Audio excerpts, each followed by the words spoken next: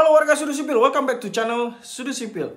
Teman-teman, saya mendapatkan kiriman sebuah video gitu ya. Sumber videonya ada di YouTube juga, salah satu yang punya YouTuber. Tentang tata cara pengecoran, katanya ketika media lubang yang hendak dicor, terutama pondasi itu berair. Terus metode yang dia pakai dengan dia sebut metode cor kering. Yang lucunya, cor kering di sini dimaksudkan bahwasanya beton atau komposisi pembentuk beton seperti pasir, semen, dan air itu tidak diaduk. Melainkan kondisi lubang yang setelah berair, dia campakkan ini pasir, dia campakkan ini semen ke dalam. Terus, apakah itu benar, teman-teman?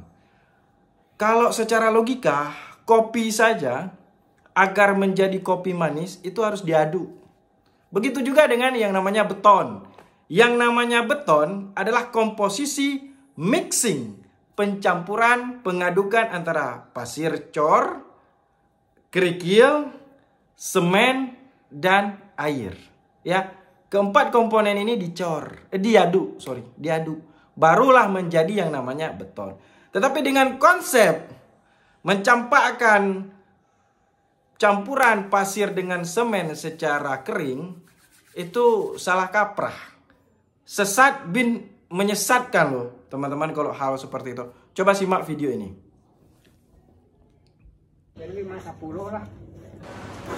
Nih guys, ini yang dinamakan cor kering ya. Kalau posisi pondasinya seperti ini, berair seperti ini, gunakan pakai adukan kering ya. Nah, teman-teman bisa menilai sendiri secara logika teknis saja, orang awam juga akan paham. Ketika butiran-butiran semen dan pasir dicampakkan ke dalam air, koral, apalagi kerikil, apa yang terjadi, teman-teman?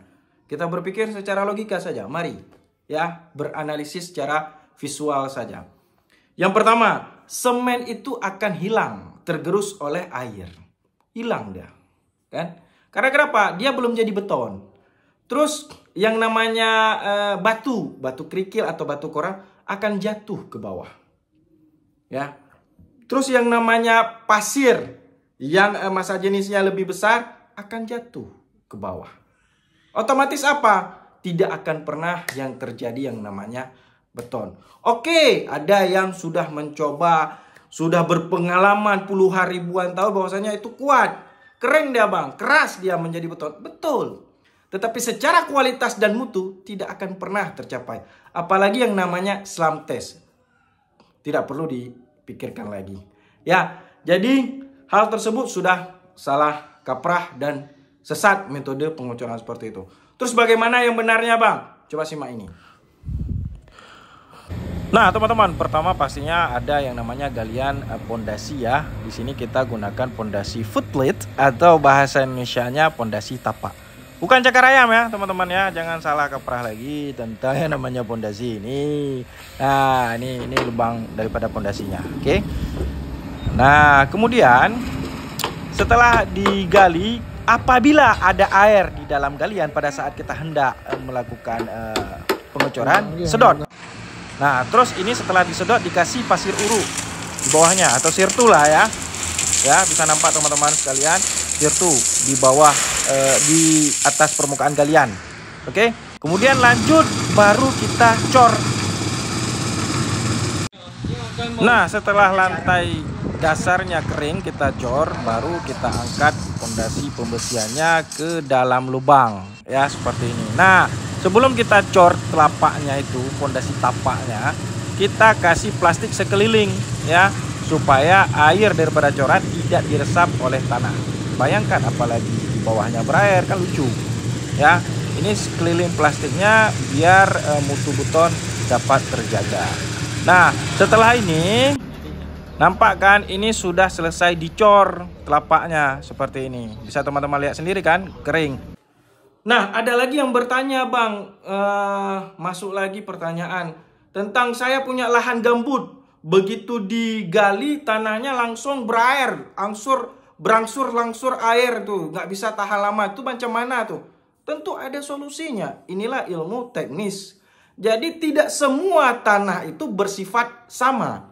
Beda lokasi, beda sifat. Beda lokasi, beda cara treatment untuk menentukan pondasi. Contoh misalnya di lahan gambut yang berair. Tidak mungkin kita sertakan hanya pondasi tapak atau footplate-nya saja.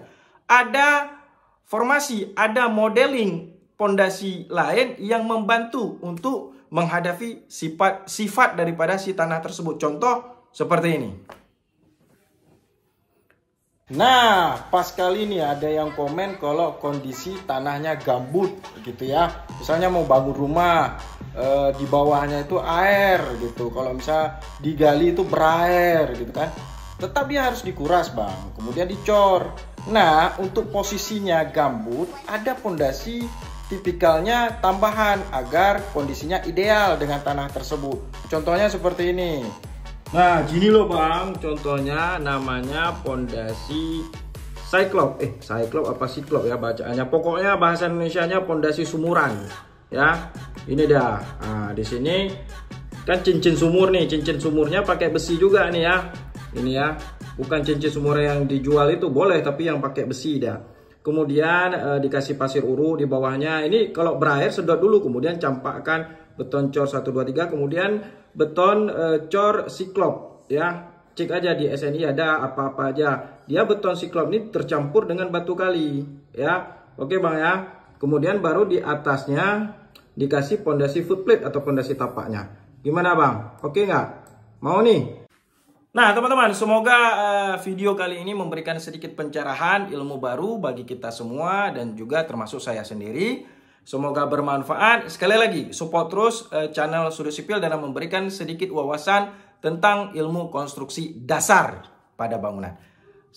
Kita ada punya juga media sosial, ada TikTok Sudut Sipil, ada Instagram Sudut Sipil, kemudian ada YouTube Sudut Sipil, kemudian ada juga fanpage Facebook File dan Ilmu Project. Ada juga grup di Telegram dan juga website kita www.sudutsipil.site atau SITE ya. Support terus kita dan semoga video ini memberikan manfaat. Sekali lagi, salam Sudut Sipil.